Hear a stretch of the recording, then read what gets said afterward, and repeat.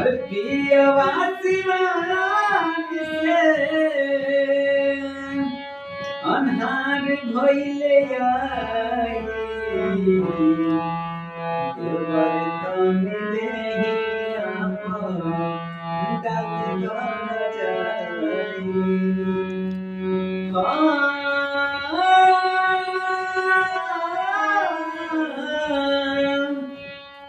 हर पियवा सिवान से